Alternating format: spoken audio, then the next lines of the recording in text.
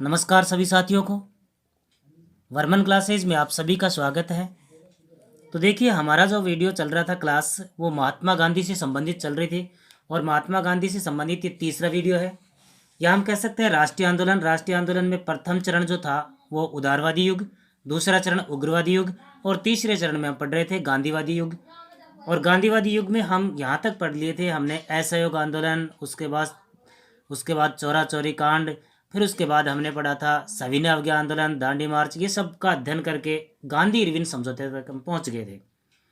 तो हम पढ़ते हैं आज की जो हमारी क्लास है, उसमें हम शुरू करते हैं गोलमेज सम्मेलन। लंदन में गोलमेज सम्मेलन आयोजित किए और कुल 3 गोलमेज सम्मेलन आयोजित किए। ये ध्यान रखना है भाई, कितने हुए? 3। ठीक है, तो एक एक बात करते हैं। प्रथम गोलमेज सम्मेलन, इनको आयोजित करने का उद्देश्य क्या था, ये हमारा प्रश्न बनेगा एक, कि गोलमेज सम्मेलन आयोजित क्यों किया जाता है। भारत में सुधारों के नाम पर भारत में जो आंदोलन चल रहे थे, जैसे सविनय अवज्ञा आंदोलन चल रहा है और भी आंदोलन चल रहे हैं, उनको समाप्त करके और शांति की स्थापना की जाए, ऐसा कुछ विचार था। और उसे लेकर गोलमेज सम्मेलन लंदन में आयोजित किए गए, जिसमें कांग्रेस की तरफ से या भारत की तरफ से किसी प्रतिनिधि को शामिल करना था। ठीक है, तो देखिए एक एक बात कर लेते हैं। प्रथम गोलमेज सम्मेलन का सबसे पहले आपको ये जो जितने भी टॉपिक आएंगे उनके आपको सीधे सीधे तारीख देखने हैं। तो प्रथम गोलमेज सम्मेलन 12 नवंबर 1930 से 19 जनवरी 1931 तक चला है। अब एक एक बात देखिए। सबसे पहले बात, लंदन में आयोजित हुआ है, सेंट जेम्स पैलेस नामक स्थान पर आयोजित हुआ। इसका उद्घाटन किया जॉर्ज पंचम ने। जॉर्ज पंचम कौन है भाई? ब्रिटेन के सम्राट। इन्होंने प्रथम गोलमेज सम्मेलन का उद्घाटन किया है। और इस प्रथम गोलमेज सम्मेलन का अध्यक्ष, भाई सीधे फैक्चुअल प्रश्न है, सीधे सीधे फैक्ट के प्रश्न आ सकते हैं। ठीक है, अध्यक्ष है रैमजे मैकडोनाल्ड, और रैमजे मैकडोनाल्ड ब्रिटेन के पीएम रहे हुए हैं, या उस समय पीएम थे। तो ये पूछा जा सकता है कि उस समय कौन क्या था। एक यहाँ प्रश्न ये भी पूछा जा सकता है कि उस समय वायसराय कौन था। आपको पता हो, गांधी इरविन समझौता हुआ था 5 मार्च 1931 को। ठीक है, तो इसका मतलब उस समय वायसराय कौन रहेगा? Lord Irwin. लॉर्ड इरविन को ही महात्मा गांधी ने 11 सूत्री मांग रखी थी, और नहीं मांगे जाने पर उन्होंने ये भी कहा था कि मैंने घुटने टेक कर रोटी मांगी और बदले में मुझे पत्थर मिला। तो वायसराय इरविन रहा। इसमें कुल सदस्य, कुल प्रतिनिधि 89 थे। विभिन्न देशों के प्रतिनिधि शामिल थे। सब विचार करके ये विचार कर रहे हैं कि किस देश के लिए क्या करना चाहिए, क्या कमी रही क्या नहीं। भारत से संबंधित भी विचार करना था। प्रथम गोलमेज सम्मेलन में भारत से हिंदू महासभा से भी 2 आदमी गए।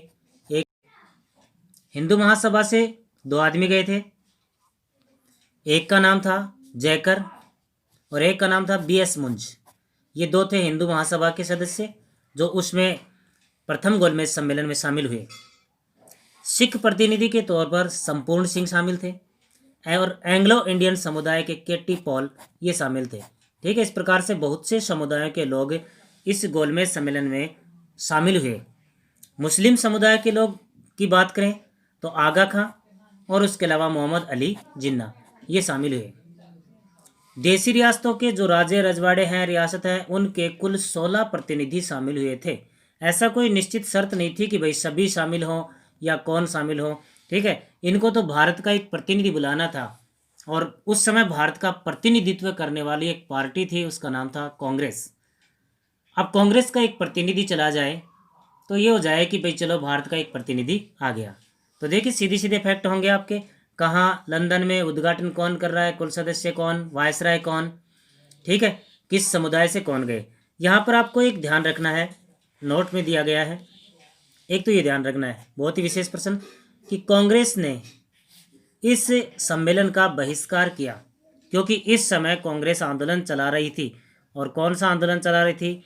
सविनय अवज्ञा आंदोलन। महात्मा गांधी के नेतृत्व में सविनय अवज्ञा आंदोलन जो था वो चल रहा था कांग्रेस का। तो कांग्रेस तो गोलमेज सम्मेलन में प्रथम में शामिल नहीं थी।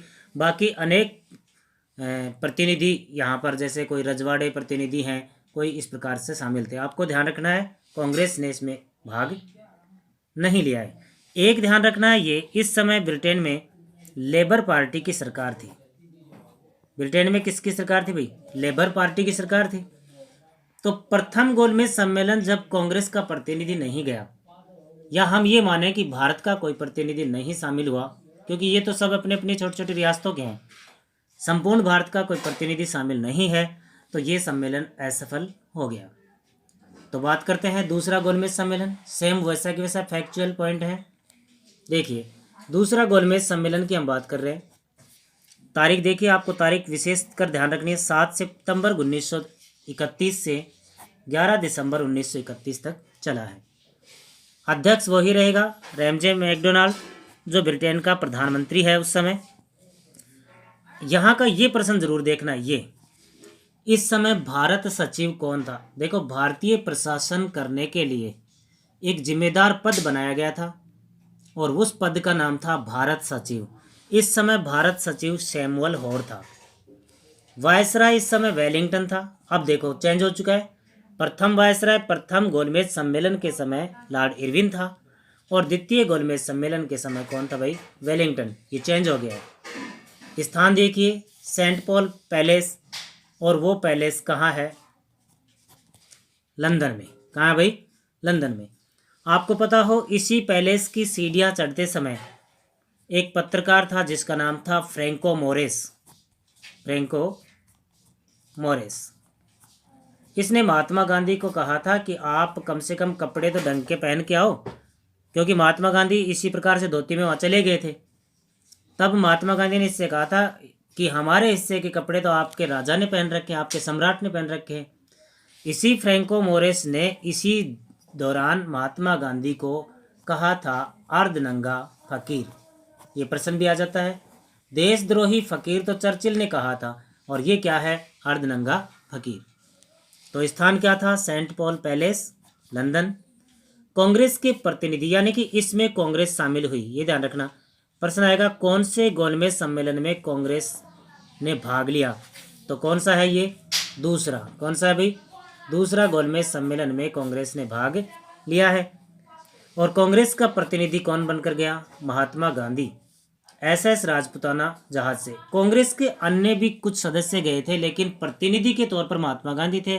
अन्य भी कैसे भी चले गए, जैसे महिला प्रतिनिधि सरोजिनी नायडू, भारतीय राजनीति की प्रकांड विद्वान और अनेक आंदोलन में महात्मा गांधी के साथ कंधे से कंधा मिलाकर आंदोलन करने वाली महिला सरोजिनी नायडू। पूंजीपति वर्ग से घनश्याम दास बिड़ला गए थे। दलित प्रतिनिधि BR अम्बेडकर। तो BR अम्बेडकर की हम बात करें तो तीनों ही गोलमेज सम्मेलन में शामिल थे। ठीक है, यानी यहाँ पर बात दे रखी है कुल 3 गोलमेज सम्मेलन ये। अब मुद्दा क्या रहा इन गोलमेज सम्मेलनों में?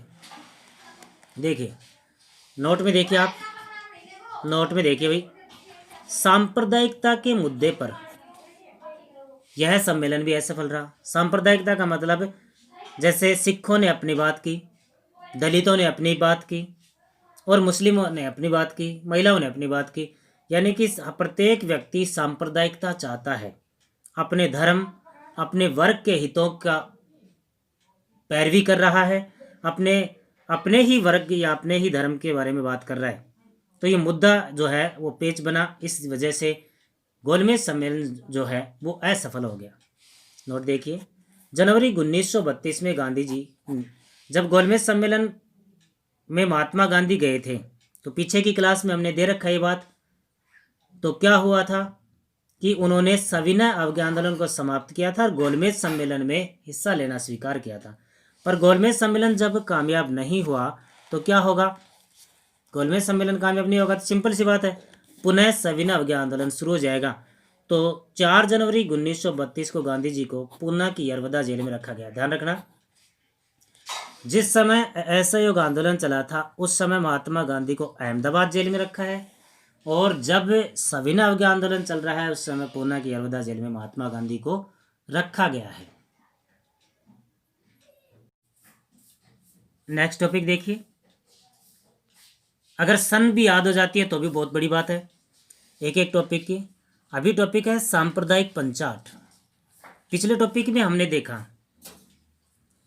कि गोलमेज सम्मेलन में ये बात निकल कर आती है कि प्रत्येक व्यक्ति संप्रदाय के आधार पर चल रहा है, तो वहाँ की सरकार इसका फायदा उठाएगी। तो सांप्रदायिक पंचाट जो है 16 अगस्त 1932 को पारित हुआ। ध्यान रखना एक एक बात का। ब्रिटेन के पीएम रैमजे मैकडोनाल्ड ने पारित किया, ने घोषणा की। ठीक है, अब इसमें क्या घोषणा की है? उसने कहा प्रत्येक अल्पसंख्यक समुदाय को जनसंख्या के अनुपात में आरक्षण दिया जाए। क्यों? क्योंकि ये लोगों ने मांग ही ये की थी। गोलमेज सम्मेलन में इन लोगों ने यही बात रखी थी कि अल्पसंख्यक समुदाय के हितों की रक्षा की जाए। रियासतों ने कहा कि रजवाड़ों की रक्षा की जाए। दलितों ने अपनी बात की। तो ब्रिटेन को इस बात का मौका मिल गया कि ये इनमें फूट पड़ सकती है, तो क्यों नहीं इनमें फूट पटका जाए। तो देखिए, एक बात यह रखी गई, अल्पसंख्यक समुदाय को जनसंख्या के अनुपात में आरक्षण दे दिया जाए और दलित समुदाय को भी अल्पसंख्यक मान लिया जाए। अब भारत को नुकसान है। अब भारत को ये लगता है कि इस तरीके से भारत का विभाजन होता हुआ चला जाएगा, भारत बट जाएगा। 71 सीटें देने की बात की गई कि उनको 71 सीटें दे दी जाएं। ठीक है, क्योंकि वैसे उनको कोई जीतने नहीं दिया जाएगा चुनाव तक। और सबसे बड़ा मुद्दा जो था वो ये था, पृथक निर्वाचन क्षेत्र, यानी कि दलितों के लिए पृथक निर्वाचन क्षेत्र बनाया जाए, जहां चुनाव लड़ेंगे भी दलित और वोट भी दलित ही डालेंगे। इससे क्या होगा? इससे भारत के टुकड़े होने की संभावना ज़्यादा है, भारत के विभाजन की संभावना ज़्यादा है। अब भारतीयों को ये पता लग गया कि अंग्रेज जो हैं वो भारतीयों के लिए कभी भी अच्छा नहीं कर सकते। पर उसमें अंग्रेज़ों की भी गलती नहीं है। यहाँ से जाकर जिन लोगों ने जो मांग रखी थी वो मांग ऐसी थी और उसको ध्यान में रखते हुए उन्होंने उसका फ़ायदा उठाने की बात की है। ठीक है, अब दलित समुदाय को इतनी बातें कर दी गई, घोषणा कर दी गई भाई पृथक निर्वाचन क्षेत्रों का कोई दिक्कत नहीं है। पहली बार सांप्रदायिकता की बात 1909 के अधिनियम में आई थी। कौन से अधिनियम में भाई? 1909 के अधिनियम में, है ना। मुसलमानों के लिए, सिखों के लिए इस प्रकार से आने लग गई थी। अब अगले पॉइंट देखिए, पूना समझौता। तारीख देखिए, सबसे पहले 26 सितंबर। इसमें 2 तारीखें मिलेंगी पुस्तकों में, 24 सितंबर भी और 26 भी। 26 सही है। 26 सितंबर 1932 को समझौता हुआ। एक एक बात देखना, समझौता किन के बीच हुआ? महात्मा गांधी, एक तरफ कौन है? महात्मा गांधी, और एक तरफ कौन? BR अम्बेडकर। जो ऊपर वाला सांप्रदायिक पंचाट था या रैमजे मैकडोनाल्ड की घोषणा थी, सांप्रदायिकता के आधार पर जो घोषणा की गई थी, उस घोषणा के विरोध में महात्मा गांधी ने यरवदा जेल में ही अनशन शुरू किया था। यरवदा जेल में अनशन किया, 21 दिनों का अनशन। लगभग 15 दिन के अनशन के बाद कुछ नेता जैसे जयकर, ठीक है, एक थे तेज बहादुर सप्रू, तेज बहादुर सप्रू, इन नेताओं के सहयोग से गांधी और इरविन के बीच समझौता, गांधी और अंबेडकर के बीच समझौता हुआ। उसी समझौते का नाम है पूना समझौता। उसी समझौते का क्या नाम है भाई? पूना समझौता। इस समय गांधी जी कहाँ थे? वो प्रश्न है। पूना की यरवदा जेल में, और समझौता भी कहाँ हुआ था? यरवदा जेल में। अब समझौता किस बात पर होगा? देखो, ऊपर जो शर्तें दे रखी थी उसमें सांप्रदायिक पंचाट में उससे प्रॉब्लम थी महात्मा गांधी को, तो उसी से संबंधित बात होगी। पहली बात क्या रखेगी? पृथक निर्वाचन क्षेत्र को त्याग दिया गया। त्यागा किसने? अंबेडकर ने। भाई दोनों तरफ से थोड़ा थोड़ा झुकना पड़ेगा कि ठीक है, पृथक निर्वाचन क्षेत्र को त्याग दिया जाएगा। तो महात्मा गांधी ने इनकी मांग जो आरक्षण वाली थी ना, उसको स्वीकार कर लिया कि आरक्षण तो ठीक है लेकिन पृथक निर्वाचन नहीं रहना चाहिए। 147 सीटें प्रांतीय विधानमंडल में दे दी गई और केंद्र में 18% सीटें इनको दे दी गई। इस प्रकार से पूना समझौता संपन्न हुआ। ध्यान में रखना क्या क्या प्रश्न आए। तारीख 26 सितंबर 1932 को। समझौता कराने वाले 2 व्यक्ति जयकर और तेज बहादुर सप्रू, महात्मा गांधी और BR अम्बेडकर के बीच। ठीक है, 2 बातें रखी गई। संयुक्त निर्वाचन क्षेत्र को स्वीकार किया गया अम्बेडकर के द्वारा कि निर्वाचन क्षेत्र तो संयुक्त रहेगा, जिसमें कोई भी व्यक्ति चुनाव वोट देगा लेकिन उनकी सीटें आरक्षित रहेंगी, उनसे वो ही व्यक्ति खड़े हो सकेंगे। इस प्रकार की बात रखी गई। आगे देखिए, सरकार के कौन कौन से प्रयास होंगे और उन प्रयासों के खिलाफ हमारे क्या क्या कदम होंगे स्वाधीनता को लेकर। देखिए, अगस्त प्रस्ताव आता है। कौन सा प्रस्ताव भाई? अगस्त। ध्यान रखना 8 अगस्त 1940 को, मैंने पहले कहा था इनकी तारीखें क्रमबद्ध हैं, परीक्षा में पूछ ली जाती हैं, तो ध्यान रखना 8 अगस्त 1940 को अगस्त प्रस्ताव भारत में आया। लॉर्ड लिनलिथगो के द्वारा पारित किया गया। अब इन्होंने नाम तो क्या रखा कि भाई ये संवैधानिक सुधारों के नाम पर है, ठीक है, कोई सुधार करने, बाकी हकीकत में सुधार करने वाली जैसी कोई बात नहीं थी उसमें, ठीक है। इस अगस्त प्रस्ताव से असंतुष्ट होकर भारतीयों ने उसके खिलाफ किया व्यक्तिगत सत्याग्रह। क्या किया भाई? ध्यान रखना, व्यक्तिगत सत्याग्रह। गांधी जी के नेतृत्व में एक व्यक्ति सत्याग्रह करेगा, ठीक है, इस प्रकार से। और कब हुआ? 17 अक्टूबर 1940 को शुरू हुआ। इसे ही कहा जाता है दिल्ली आंदोलन। क्या कहा जाता है भाई? दिल्ली आंदोलन, क्योंकि इसमें नारा भी दिया गया, चलो दिल्ली चलो। तो व्यक्तिगत सत्याग्रह में प्रथम सत्याग्रही था विनोबा भावे। विनोबा भावे को भूदान आंदोलन के नाम से जाना जाता है। उन्होंने क्या किया? गांव गांव में रैली की, जो जमींदार बड़े लोग हैं उनसे ज़मीन अपने नाम की, एक एक दो दो बीघा लेकर, और गरीब किसानों को बांटी। तो वो भूदान आंदोलन है, उससे चर्चित रहे हुए हैं। इनका स्वयं का आश्रम है पवनार आश्रम, ये महाराष्ट्र में है। यहाँ से इन्होंने आंदोलन को शुरू कर दिया। नेतृत्व महात्मा गांधी का ही है। प्रथम सत्याग्रही प्रश्न पूछेगा, कई बार आया हुआ प्रश्न है, इसलिए कोई कंफ्यूजन वाली बात नहीं, उत्तर रहेगा विनोबा भावे। द्वितीय सत्याग्रही जवाहरलाल नेहरू है। और तीसरा सत्याग्रही कौन है भाई? ब्रह्मदत्त। कौन है भाई? ब्रह्मदत्त। नेक्स्ट टॉपिक रहेगा हमारा क्रिप्स मिशन। कौन सा? क्रिप्स मिशन या क्रिप्स प्रस्ताव। इसकी तारीख अलग अलग याद रखनी है आपको, एक एक तारीख देखना, एक एक तारीख देखना भाई आप, ये 3 तारीख याद करनी है।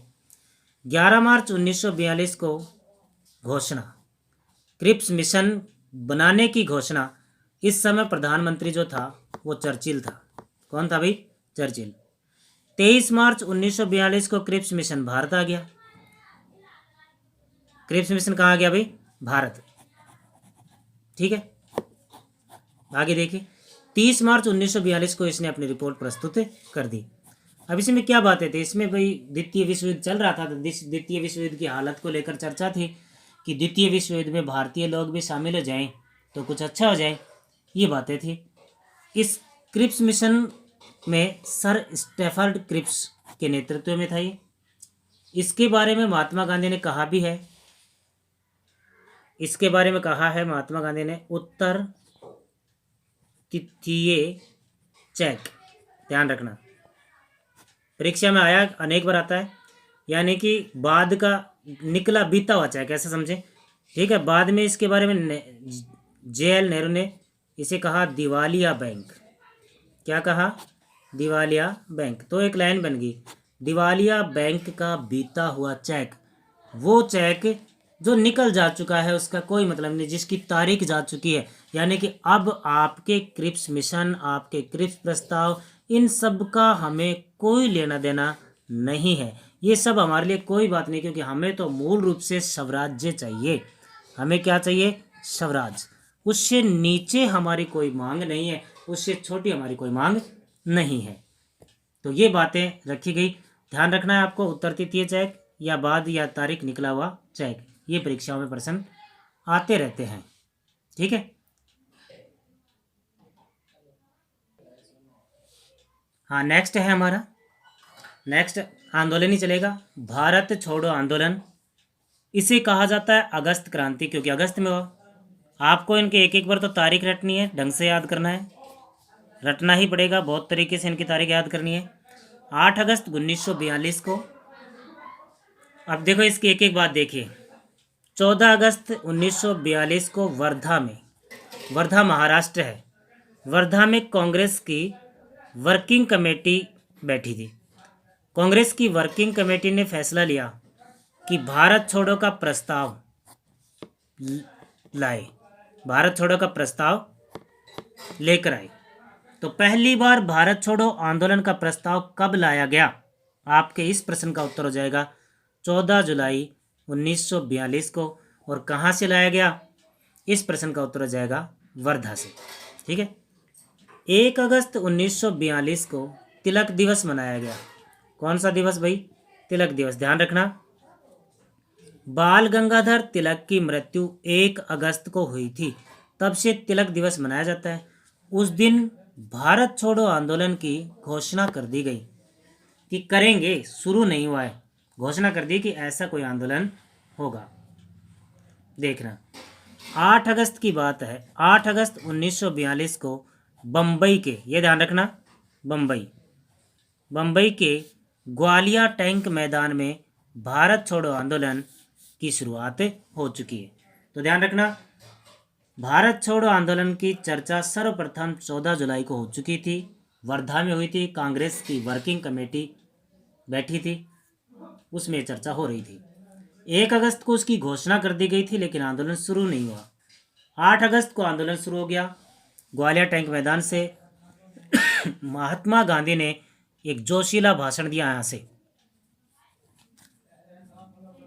और यहीं पर उन्होंने उस भाषण में एक बात कही कि आज मैं आपको एक मूल मंत्र देता हूँ, और वो मूल मंत्र क्या था? करो या मरो, तब तक लड़ो जब तक कि उद्देश्य प्राप्त ना हो जाए। तो करो या मरो का नारा महात्मा गांधी ने दिया। कौन से आंदोलन में दिया भाई? भारत छोड़ो आंदोलन में। रात को 12 बजे के बाद 9 अगस्त हो गया। 9 अगस्त को सरकार की नज़र थी पूरे आंदोलन पर, पूरे कांग्रेसी जो लोग थे उनके ऊपर सरकार की नज़र थी। तो 9 अगस्त को सरकार ने ऑपरेशन जीरो हावर अभियान चलाया। इस अभियान के तहत सभी बड़े नेताओं को जेल में डाल दिया गया। यानी कि 8 अगस्त को आंदोलन शुरू हुआ और 9 अगस्त को सबको जेल में डाल दिया गया। तो आंदोलन एक तरीके से नेतृत्व विहीन हो जाएगा, इसीलिए आंदोलन ज़्यादा सफल नहीं हुआ। यानी कि हम इसे असफल भी नहीं कह सकते और सफल भी नहीं कह सकते। सभी बड़े नेताओं को जेल में डाल दिया गया। गांधी जी को आगा खां पैलेस में रखा गया। देखो, तीनों आंदोलन के समय की बता रहा हूँ मैं। असहयोग आंदोलन के दौरान अहमदाबाद जेल में, सविनय अवज्ञा आंदोलन के दौरान यरवदा जेल में, और भारत छोड़ो आंदोलन के दौरान आगा खां पैलेस में रखा गया। यहीं पर उनकी पत्नी कस्तूरबा गांधी को भी रखा गया था। ठीक है, 22 फरवरी 1944 को उनकी मृत्यु हो गई थी यहीं पर। तो ऐसे व्यक्ति के बारे में आज के विचार कुछ अलग हैं। नेतृत्व, अब जब गांधी जी को जेल में डाल दिया गया तो नेतृत्व कौन करेगा? जयप्रकाश नारायण, राम मनोहर लोहिया, इन लोगों ने भूमिगत रहते हुए नेतृत्व किया था। यानी कि अचानक गायब हो गए, गायब रहकर इन्होंने आंदोलन का नेतृत्व किया। और उस नेतृत्व करने वाले में मुख्य महिला नेता भी थी अरुणा आसफ अली। देश के अनेक स्थानों पर इस प्रकार से समानांतर सरकारें बनाई गई। कौन से आंदोलन के दौरान? भारत छोड़ो आंदोलन के दौरान। समानांतर सरकार किस प्रकार से? देखिए आप, जैसे यूपी में बलिया सरकार, महाराष्ट्र में सतारा सरकार, कहीं पर मिदनापुर सरकार, इस प्रकार से कुछ सरकारें बनाई गई जो बाद में अंग्रेज़ों द्वारा या अंग्रेज सरकार द्वारा नष्ट कर दी गई। हरिजन समाचार पत्र महात्मा गांधी का है, उसमें लिखा था भारत को अपने भाग्य पर छोड़ दिया जाए। महात्मा गांधी ने कहा है अंग्रेजों को कि अब इसी में भलाई है कि भारत को अपने भाग्य पर छोड़ दिया जाए। क्यों? क्योंकि वो जानते हैं अंग्रेजों का रहना, भारत में अंग्रेजों का रहना, भारत में अंग्रेजों का रहना क्या है? जापान को बुलावा है। यानी कि दूसरे देश जो हैं वो आक्रमण करेंगे भारत पर। ठीक है, तो एक तरीके से अंग्रेजों को जल्दी से जल्दी छोड़ देना चाहिए, अराजकता की स्थिति में छोड़ देना चाहिए। भारतीय लोग शासन व्यवस्था को संभाल पाए तो ठीक, नहीं संभाल पाए तो ठीक, तुम चले जाओ। ठीक है, तो 22 फरवरी 1944 को कस्तूरबा गांधी का निधन हो गया था, उसी आगा खां पैलेस में। नेक्स्ट टॉपिक देखिए। नेक्स्ट टॉपिक है कैबिनेट मिशन। और कैबिनेट मिशन 1946 संवैधानिक सुधारों को लेकर। इस समय ब्रिटेन का प्रधानमंत्री चेंज हो चुका है। कौन बन गया? एटली। इसने 3 सदस्यों का एक मिशन बनाया, उसी का नाम था कैबिनेट मिशन। भारत भेजा। 24 मार्च 1946 को यह मिशन भारत में आ गया है। कब आ गया भाई? 24 मार्च 1946 को। और इसने भारत के संवैधानिक सुधार से संबंधित बात करनी है। इसी ने बात रखी थी कि भारत में एक संविधान सभा बनाई जाए, भारत का एक संघ बनाया जाए, देशी रियासतों का जैसे भी है। इसके सदस्य 3 थे, Lord Patrick Lawrence, Sir Stafford Cripps और एवी अलेक्जेंडर। इन 3 सदस्यों के नेतृत्व में ये कैबिनेट मिशन भारत में आया। 16 मई 1946 को इसने कैबिनेट मिशन ने अपनी रिपोर्ट प्रस्तुत की है। 16 मई 1946 को क्या कर दी भाई, अपनी रिपोर्ट क्या कर दी, प्रस्तुत कर दी। इसी कैबिनेट के तहत या इसी रिपोर्ट के तहत, कैबिनेट मिशन के तहत भारत में संविधान सभा का निर्माण हुआ है। ये प्रश्न अनेक बार परीक्षाओं में पूछा गया है, अनेक बार, कि भारत में संविधान सभा का निर्माण कैसे हुआ है। तो ये प्रश्न बहुत ही मोस्ट है, या किस मिशन के आधार पर, कौन से प्रस्ताव के आधार पर हुआ है।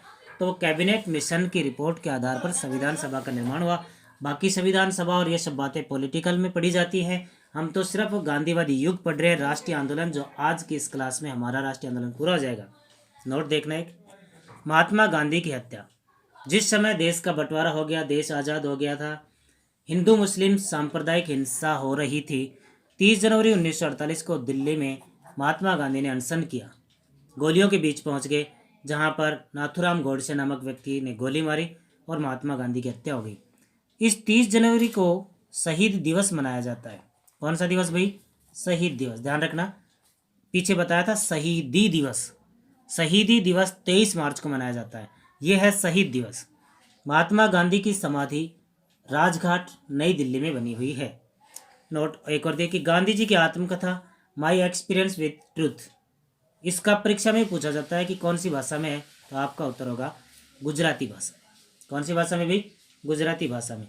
तो अपना जो टॉपिक है, टॉपिक का नाम देखो, हम बात करें, अपना टॉपिक था राष्ट्रीय आंदोलन। कौन सा टॉपिक था भाई, राष्ट्रीय आंदोलन। इस राष्ट्रीय आंदोलन के हमने 3 चरण पढ़े हैं। एक चरण हमने पढ़ा है उदारवादी युग। सबसे पहला, इस प्रकार से आप सभी जो क्लास हैं, सभी वीडियो हैं, उनको ध्यान से देखेंगे। उदारवादी युग का आपको वीडियो मिलेगा, 1 या 2 वीडियो। दूसरा चरण हमने पढ़ा है उग्रवादी युग। इस उग्रवादी युग के भी आपको 2 वीडियो या 3 वीडियो मिलेंगे, ठीक है। फिर उसके बाद में हमने पढ़ा है गांधीवादी युग। कौन सा युग भाई, गांधीवादी युग। इसके आपको 3 वीडियो मिलेंगे। मेरे ख्याल से राष्ट्रीय आंदोलन, या इसे हम कह सकते हैं स्वतंत्रता संग्राम, स्वतंत्रता संग्राम, इन सब के लगभग 9 वीडियो आपके इस चैनल पर आपको प्राप्त होंगे, और वो सभी 9 वीडियो बहुत ही मोस्ट है। अगर इनको सभी को आप ध्यान से पढ़ते हैं और बढ़िया तरीके से मेहनत करते हैं, तो इन वीडियो से आपको लगभग अधिकतम एग्जामों में प्रश्न मिल जाएंगे, चाहे वो दिल्ली पुलिस हो, चाहे वो पटवार हो। कहानी को जरूर सुने, जो कहानी बताई जा रही है उसको जरूर सुने, क्योंकि पटवार में उस कहानी से प्रश्न आ जाते हैं। तो आप सभी साथियों का तहे दिल से धन्यवाद, जो भी हमारे इस वीडियो पर आए हैं उन सबका तहे दिल से धन्यवाद। बने रहिए हमारे साथ।